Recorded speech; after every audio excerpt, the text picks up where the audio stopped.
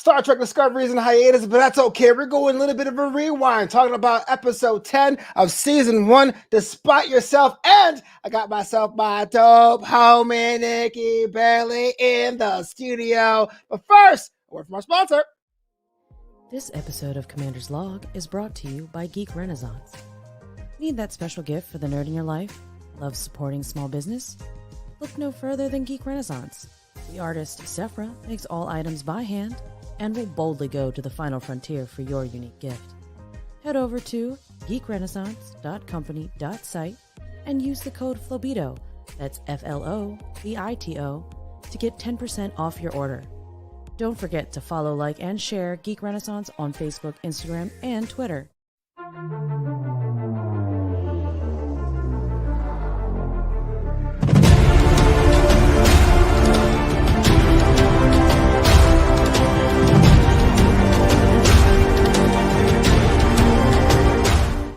I think they're back. Please welcome Captain John. How's it going, man? Hey, it's going good. Thanks for having me back, Flobo. Yo, the whole people stayed over the jump. It was great. Had a black alert. It was great. You're back. I'm back. Another week, Commander's Log. How you living, sir?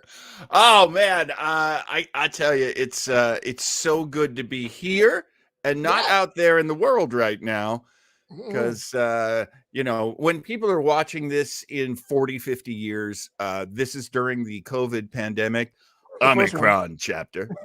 The first 6 pandemics, not the other ones. Yeah. None of the later ones you guys are digging.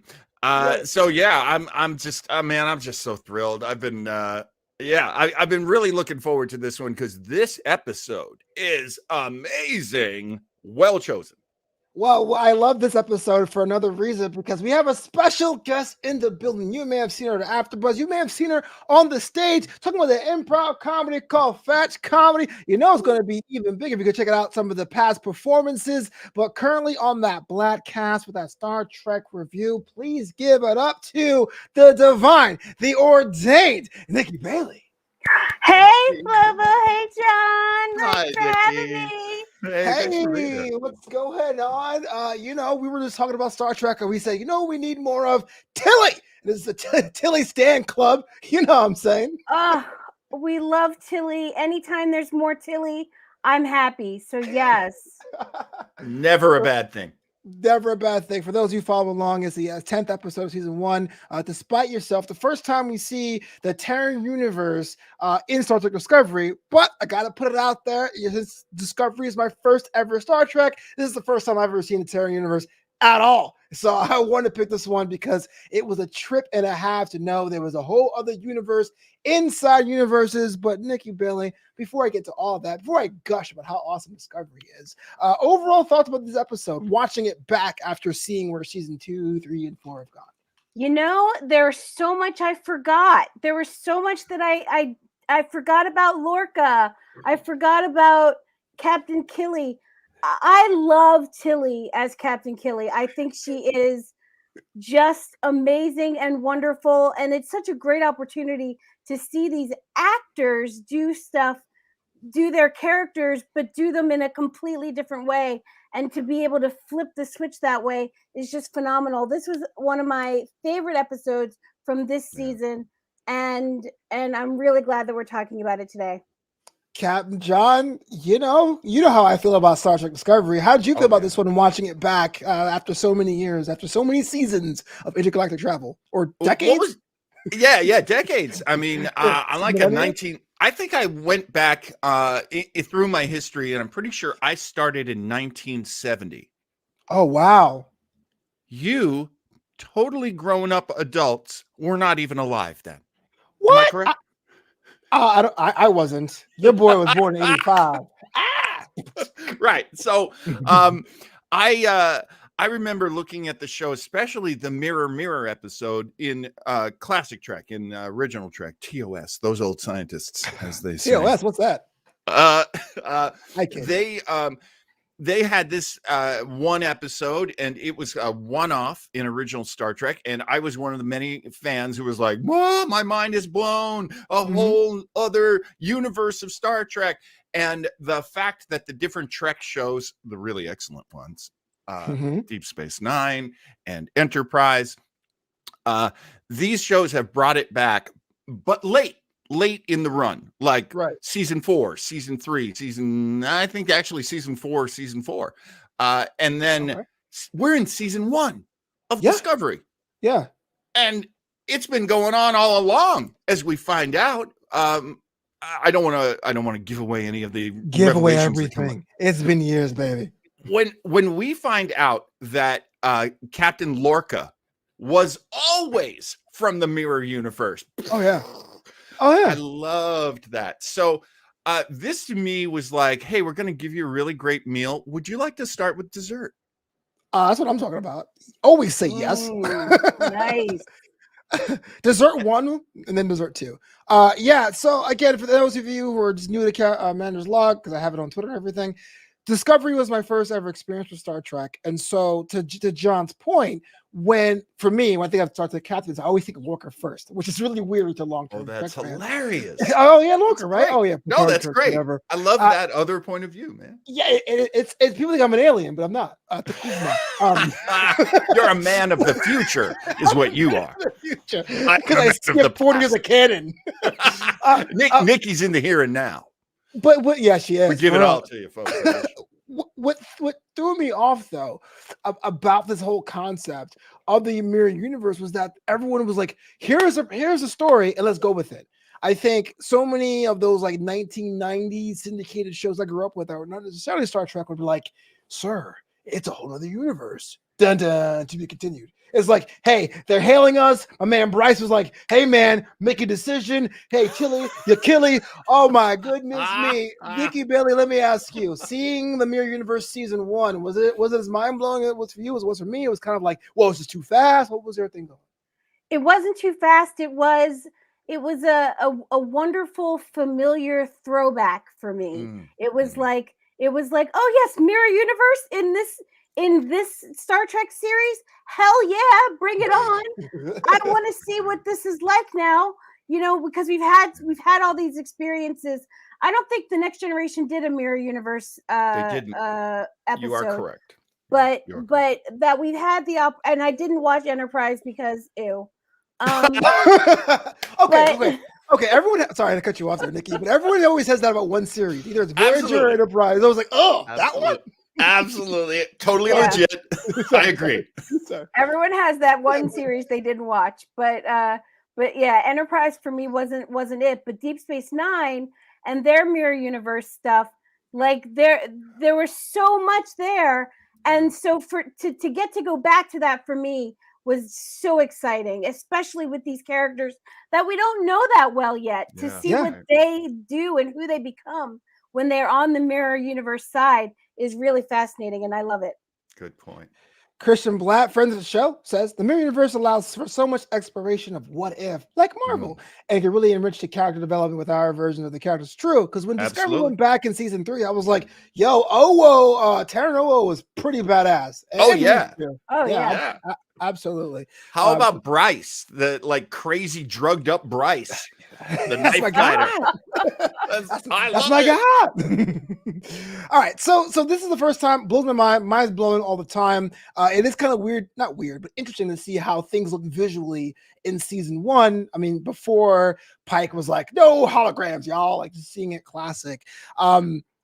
I also thought it was kind of interesting. They explained in a way that new people got it. I understood it, which I always give season 1 credit for. They really did a good job to bringing this up to speed of what it is. But the reason why I asked about this episode we're reviewing was Captain Tilly. The reason being is that I had forgotten how season 1 Tilly was so adorkable. Having to go into being an assassin like that was one of the most fun things to watch. Nikki Bailey, walk me through this. Captain Tilly, baby. Captain Tilly is the best mirror universe character by far ever. Because she's so Tilly herself is so quirky and so weird and so chatty and lovable. You just want to squeeze her and just she's so lovable. She's so lovable that to then have her be in the mirror universe as this sort of bloodthirsty captain with this really sharp tongue is really, it's dynamic and great writing and great performances of it. They look like such babies. Her and Cobra look like they're like 12. Don't they? Yeah. They look so young. Yes. I mean, it's only been a few years, right? It's only been Yeah. like 4 or 5 years since that was Space shot. ages you, bro. It really does. You know? Oh, Well, we they've know. been through a lot. They've been through some stuff.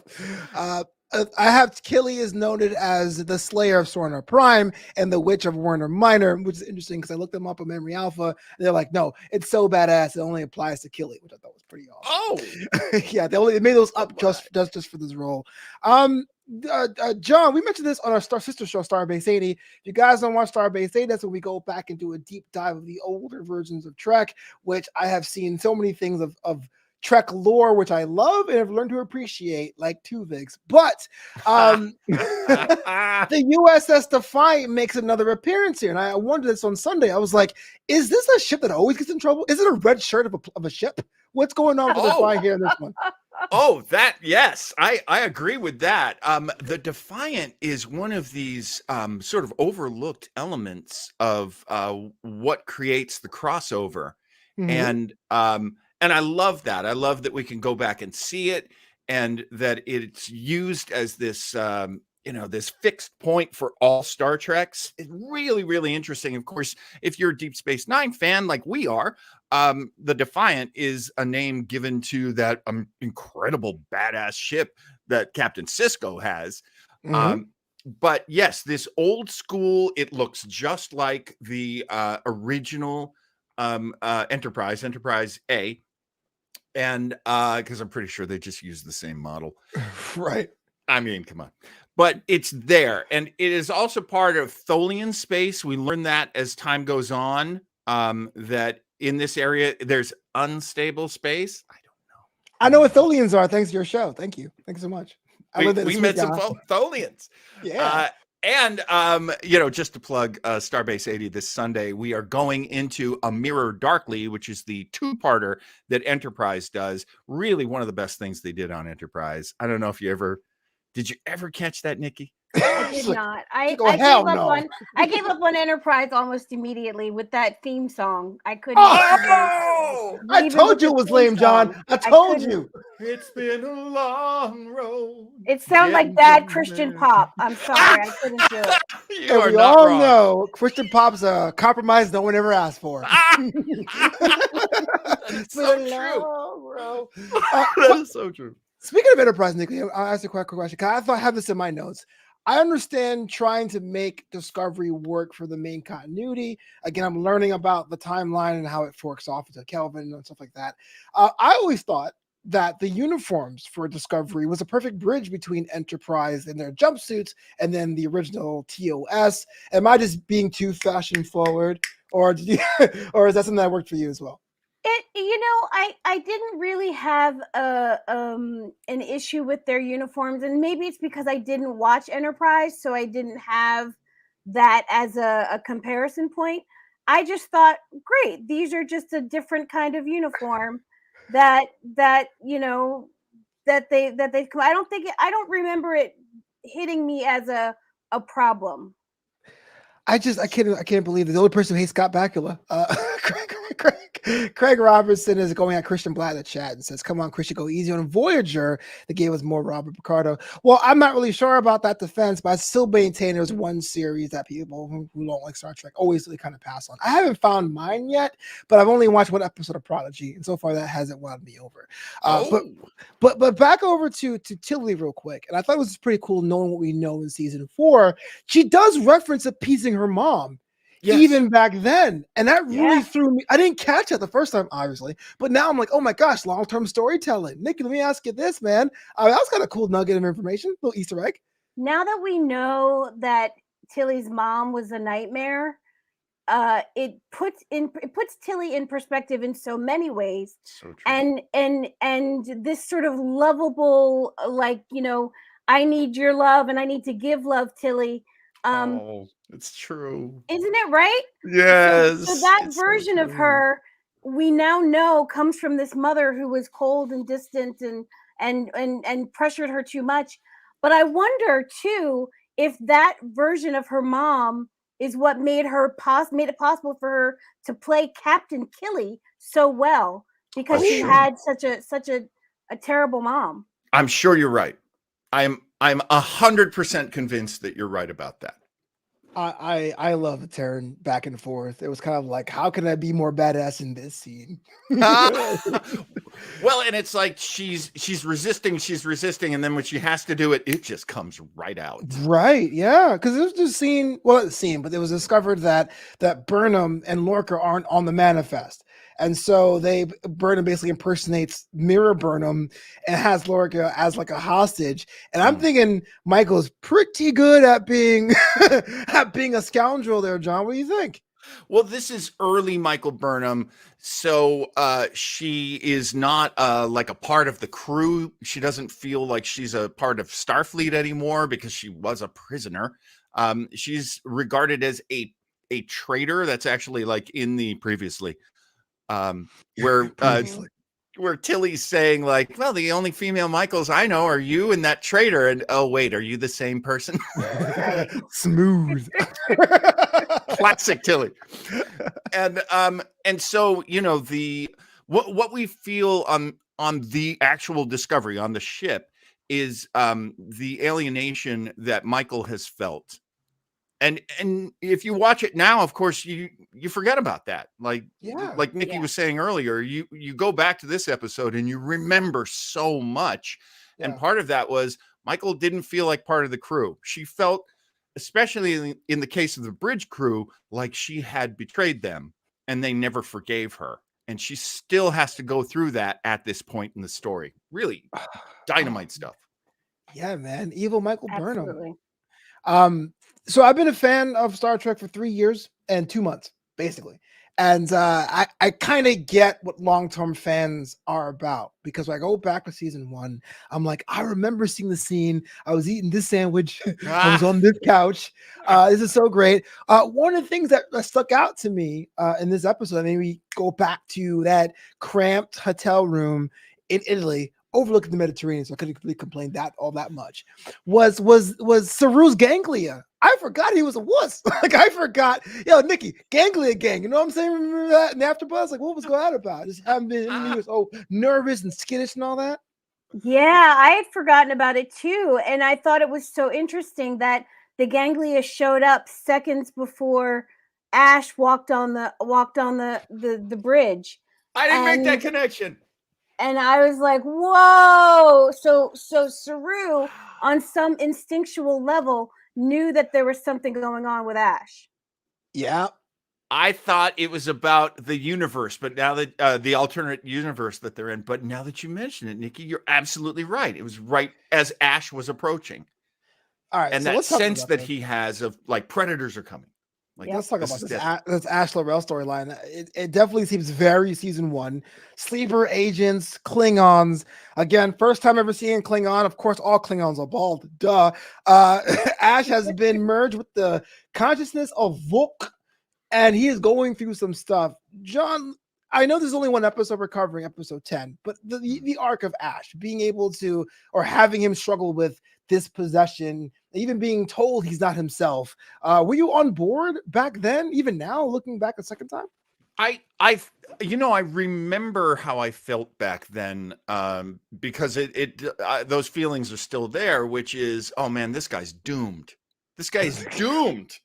There's no happy ending here. He and Michael are not going to end up having space babies. This is not a good boyfriend for her. And I kind of like take that dad thing of like, I don't trust this guy. I don't think he's a good boyfriend. Like that instinct comes out. So watching what he goes through, this is what I love about Trek now. What they're doing with Trek now is they get super tight on his face and they show you what he's going through. And sorry, gotta look. Shazad Latif is an excellent actor. Man, I'm feeling everything that he's feeling. So while he's going through that, and it is kind of messed up, because I was one of those people. You're nice about it, Flobo. I'm not. I hate the Klingons in this version. Oh yeah, everyone else does. It's cool. Why even call them Klingons? Why even call? They should be. I had no reference. This is the first time I've seen them, so I'm like, oh, that makes sense. I've seen a lot of Klingons. I liked them all until now. Slam on the brakes. But You know what's funny? Like I Agreed. actually bought these Klingons, and then I saw Worf. I'm like, I can take Worf. He's a skinny dude. This is crazy. And everyone's like, how dare you say that? Sacrilege. Like, I didn't know. I didn't. I didn't. I'm sorry. Why you cocky Terran? I had no idea. Yeah, I tell you, I'm really happy with how they are pushing to the end of the Klingon storyline, and what they're doing with Ash, and what they would end up doing with Ash. I think is going to be good if he is going to be in the Section 31 show that we know so little about. That would make me super happy. That would make me feel like everything paid off. Craig Robinson, I gotta say personally, Craig, thank you so much for supporting the show. He says, love the Ash stuff, knowing he was so bad, but seeing him struggle and stress with Colbert. I want to get to that in just a second, but Nikki, let me ask you this whole Ash Laurel thing, because they had a little bit of an interaction in the brig. I guess it's a brig. I don't know if you call it the brig, but it seems like the black site brig inside the ship. Is Laurel someone you think is a tragic character because you served the role, or she's really antagonistic? Is she really a baddie here? You know, I think it depends. I don't know if you can call anybody a baddie necessarily. We know that I mean, Lorca was. Well, okay, Lorca's just bad. But you're right. You're right. True. But what I like about this though is that she no, she's not bad. She's trying to get her lover back. Like I'm very committed to finding a reason to connect to the character. Yeah. And I connect to this her lover has been, transformed into this sleeper agent. She wants to get him back. She said the words, he didn't come back. And I don't know. I feel like I remember watching it the first time and feeling like what's her name? I forgot. Laurel. I remember feeling like Laurel's just a sister trying to get her man back. For the makers of Stella, I got a groove back. It's Laurel getting her man back. Laurel's just trying to get her man back. Well, and from her point of view, it was the two of them, Laurel and Voke, against the world. I'm sorry, against the Empire. Right. So yeah, I totally get that. There's a love story there, and it's very personal, and that's terrific. That's well done. And that's supposed to be more important than Ash and Burnham. How dare you, Captain? He is not good enough for her. So you're probably saying that Michael book. So so we're all pro book here. Is this a safe space? Or we're pro book? Very pro book. Yeah. Okay, I gotta make sure. People sometimes say, "Hey, look, she found the only brother in the space empire galactic to mess with." But I'm cool. I like book too. I like my TV version of Idris Elba. I like him. He's cool. Hey, we get lucky sometimes. I found a great woman too. So I mean, look, it happens. Oh yeah, now I'm just jealous. Thanks. I love all y'all with your relationships. I ain't mad. Gave me Winter Soldier vibes to rewatch. Yes. And then a little later, there's the fight in the elevator. Talk to me about it. Oh my God! Well, that was crazy. I'm jumping ahead. I hope you don't mind. There's no format here.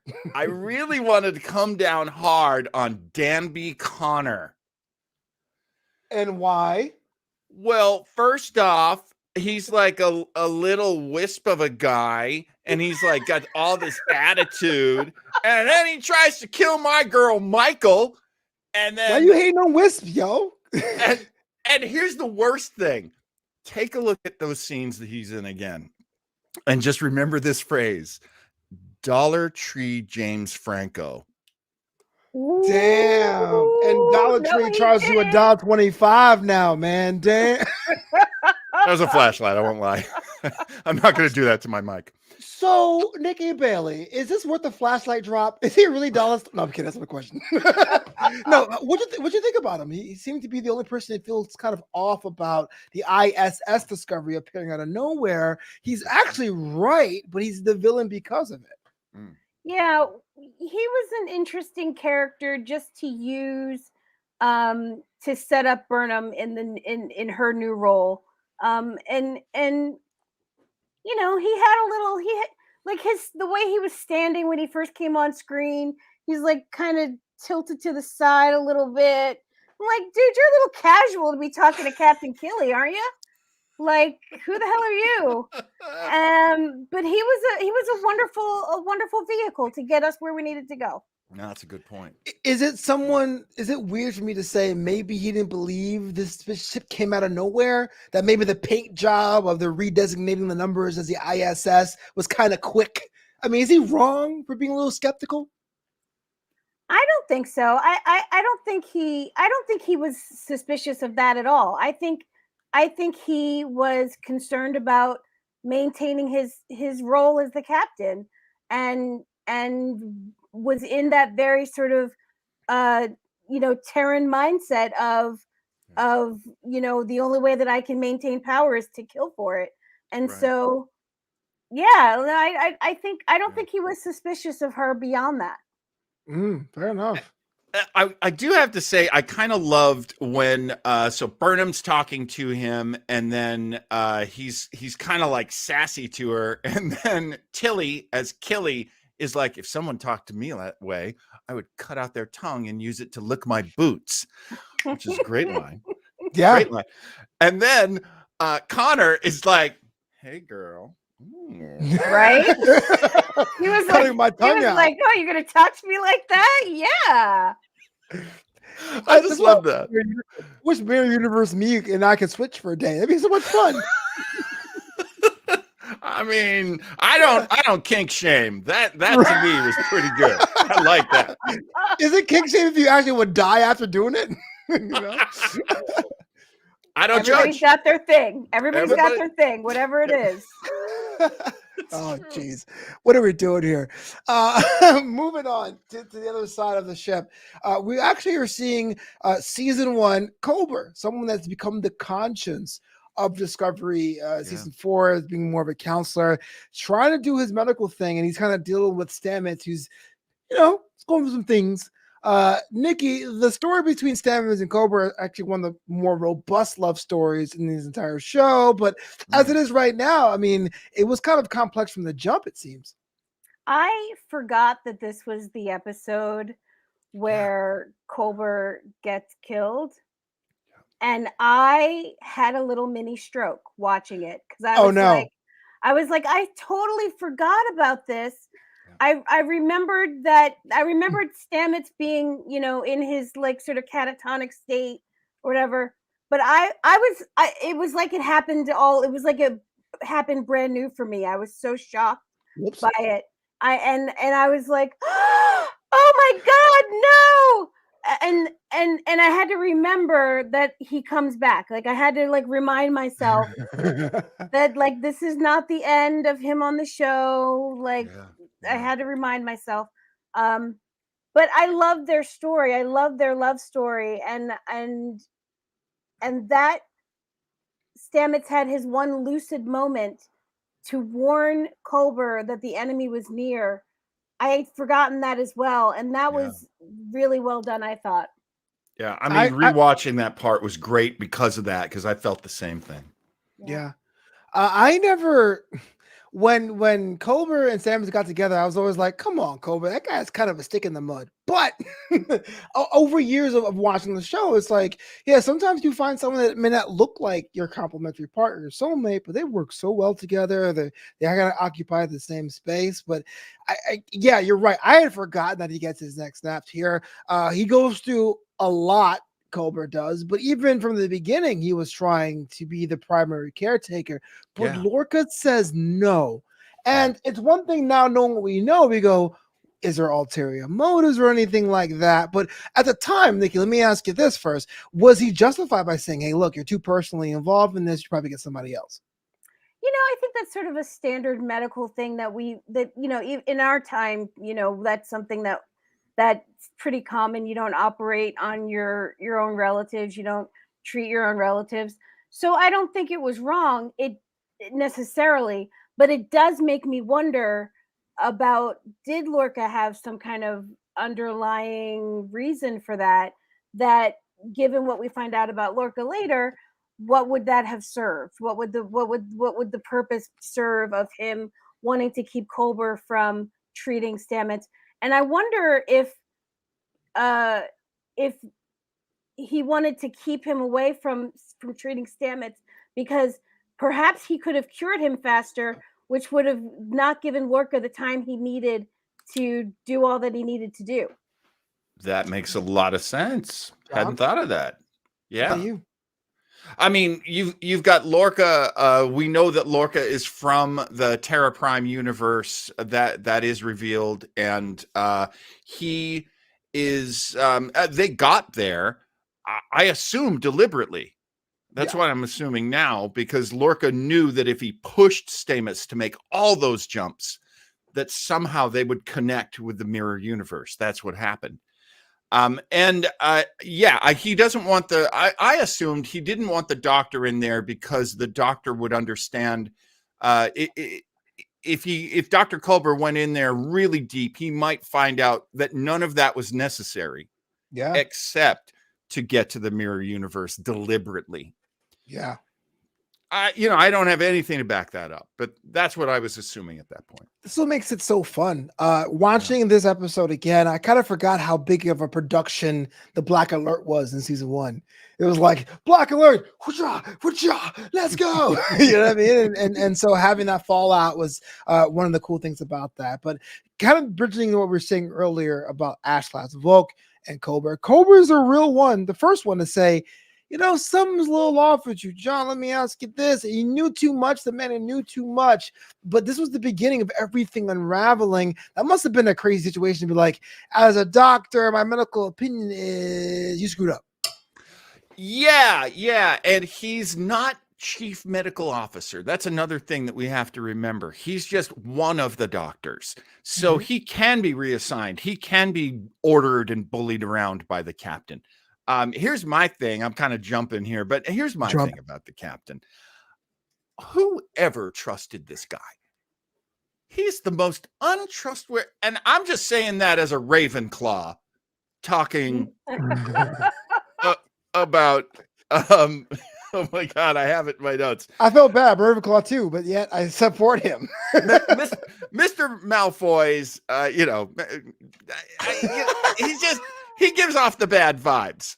On the other hand, how about the scene where he does the Scottish accent? So that was in my notes, and it's crazy because now it's a reference to something I get now. But at the time ago, that Scottish accent was pretty thick. I hope they figure it out. I mean, again, this is the first time I've ever saw a Starfleet captain. I thought all captains acted like this. I thought it was awesome. But yeah, you're right. So sketch. I mean, this guy is very capable of deception. He puts the plan together very quickly. It's really easy to solve this crime going backwards. I'm no genius. I didn't see this at the time. Nearly everything in this episode was a surprise to me, and that's just good TV. I love that. Yeah. It was kind of quick, Nikki, when he was like, "Oh, okay, we're the ISS Discovery. Let's do it." Like he didn't even hesitate. I mean, looking back on it, probably was part of the plan. I generally think of Jason Isaacs, who plays Lorca. He always comes across as somebody that you should be wary of. Yeah. So me in my Hufflepuff brain was like, gosh. I don't want to think ill of anybody because we have open hearts and we love everybody.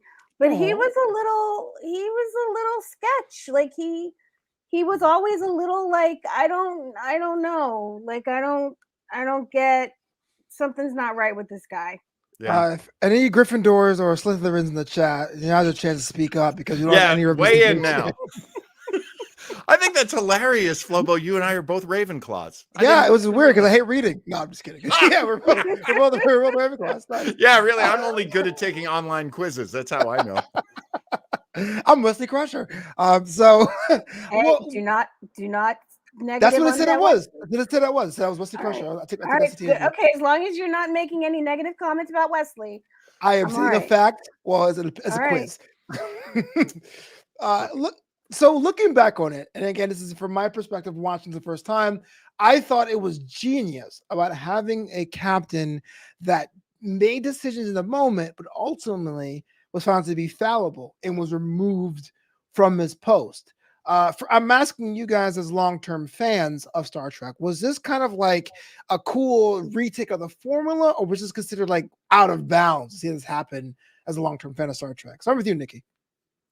Yeah, I can't remember a time when another captain was removed. Can you, John? I can't No. think of a No. time when that happened. So Yeah. No, I can't. This is probably one of the most extreme what's going on with this captain situations we've ever had. Oh man, so cool, man. Again, I was alone in that hotel room. So in my notes, I have my favorite quotes of the week. I have two. One's from Lorca, where he goes, "Defy every instinct." I will put that on a shirt. That was pretty cool. That is But cool. my favorite exchange comes from my man Bryce.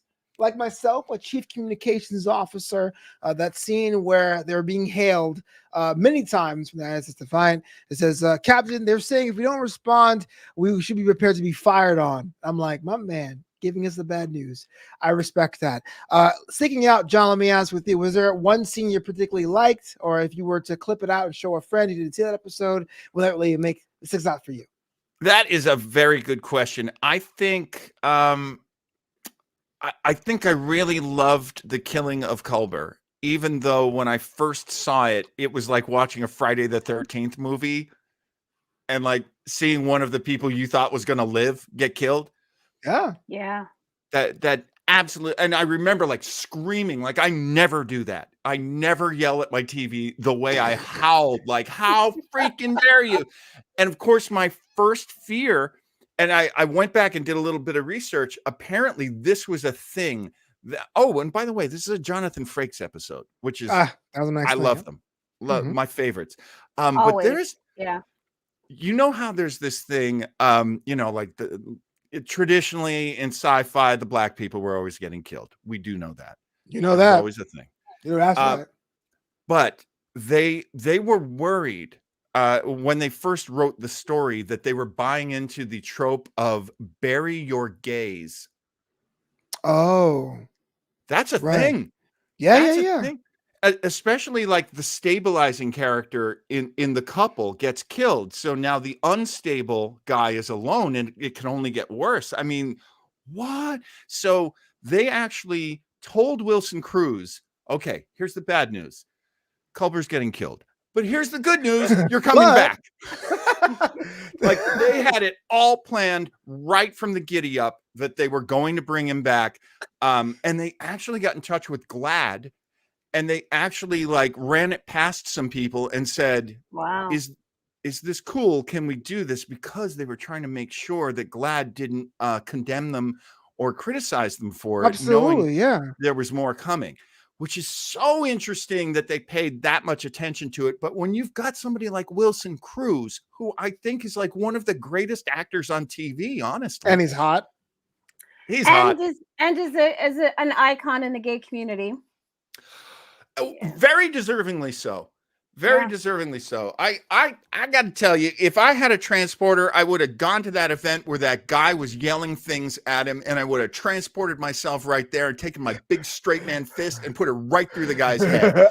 Get off my friend Wilson Cruz, damn it. He's one of the best. You show some respect.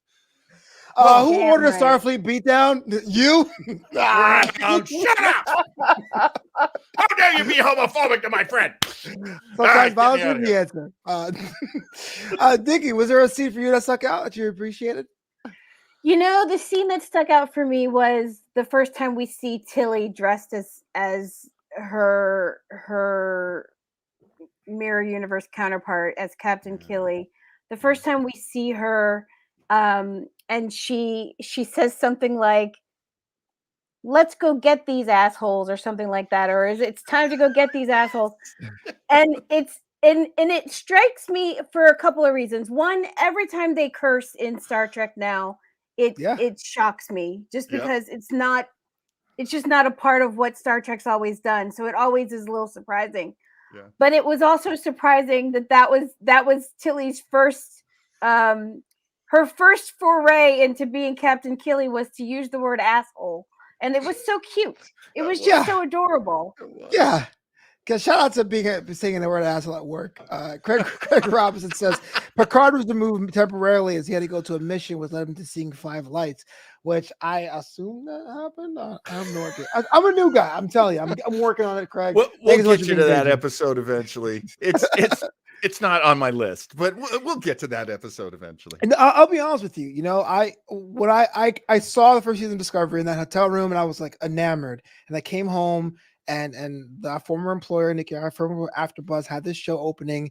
I wanted to do, but I was scared because I didn't know if the Star Trek universe would even embrace me, which is kind of ironic because Gene Roddenberry should embrace everybody. So like the fact that everyone's kind of like open and was like, oh, check out this episode of this series or skip this one sucks. It's pretty cool. Instead of being like, you're not a real fan. You know what I mean? So yeah, I mean, one of the things that's great about Star Trek fandom, it is so big that the toxic fans can't take it over. Absolutely. Yeah. And that's infinite diversity in infinite combinations. That is what makes it work. And it's such a core value in Star Trek. The diversity is such a core value that the Star Trek community really does I don't want to say pride themselves, but really does show itself to be as diverse as the vision that Gene Roddenberry had, you know. So, and I think that's one of the reasons that Flobo, you were embraced so much, because and continue to be. Yeah, people love the diversity, but they also love. I told you this before. One of the things I loved about doing the show with you is because it was all new to you. You had this glee and this joy about it that like I really like that people respond to. So I think that's one of the beautiful things about Star Trek in general. Gonna make me cry. And even though I say dumb stuff like, hey, isn't Jonathan Frakes the guy from Beyond Belief, Fact or Fiction? No one has canceled me yet. You're not wrong. That's the thing. You're not wrong. It's true. It's true. I didn't ask you if we could do this, Flobo, but very quickly, I wanted to see if we could come up with other nicknames for Tilly in the Evil Mirror universe. Ooh. So she is already known as the Witch of Werna Minor. Yeah. Right. And the Slayer of Sorna Prime. This is one of the ones I had. She's the redhead who will make you dead.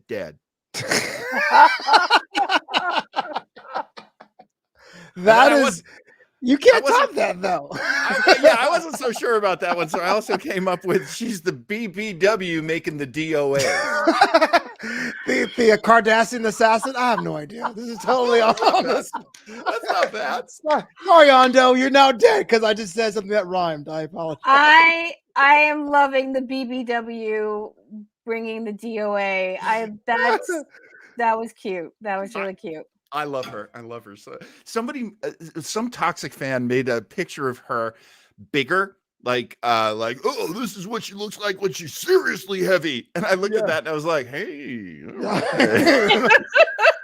she looks great. I mean, shoot.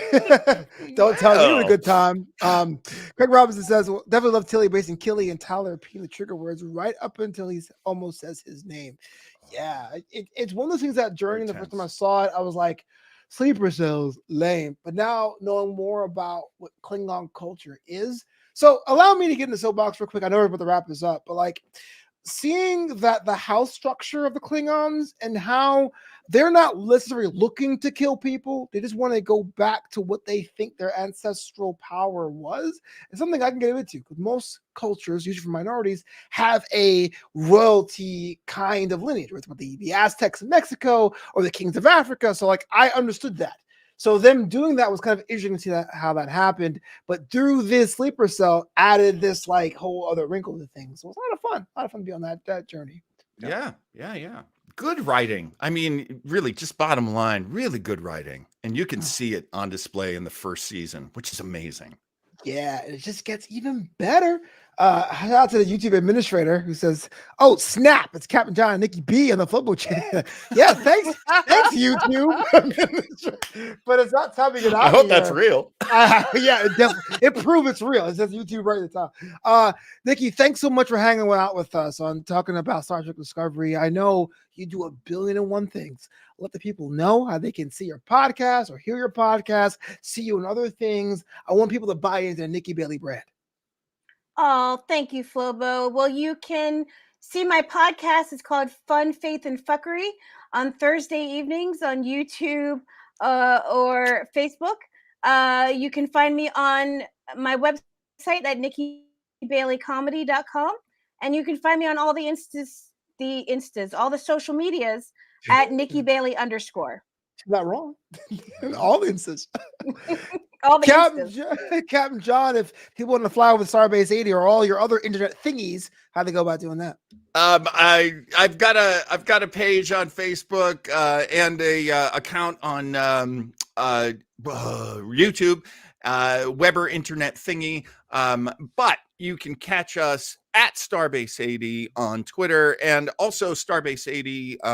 We will be on YouTube. We will be on Facebook this coming Sunday, 11 a.m. here on the West Coast. Of course, that's 2 p.m. on the East Coast with number one best XO in the fleet, Flobo, Boyce, and I. We will be watching A Mirror Darkly, and that is from Enterprise, two-parter. So for the next 2 weeks, and it's going to be so much fun. Just as much fun as this. Yeah, I'd say so. As long as I don't deal with Neelix anymore or Tuvix, we'll be fine. Hey, fine. You're free and clear. You're free and clear. No Tuvix. No cool. Neelix, yeah, but Tuvix was a whole other thing. But Neelix could make you a wonderful meal. So get a replicator. Provided you're a vegetarian. I went for Jordan Hesperot. All right. That's it for me for Commander's Log. We'll be back here next Thursday at 4 p.m. It's going to be a party. Bring your friends. It's going to be great. But until next time, if we can do it, live long, hey, Nikki, and prosper.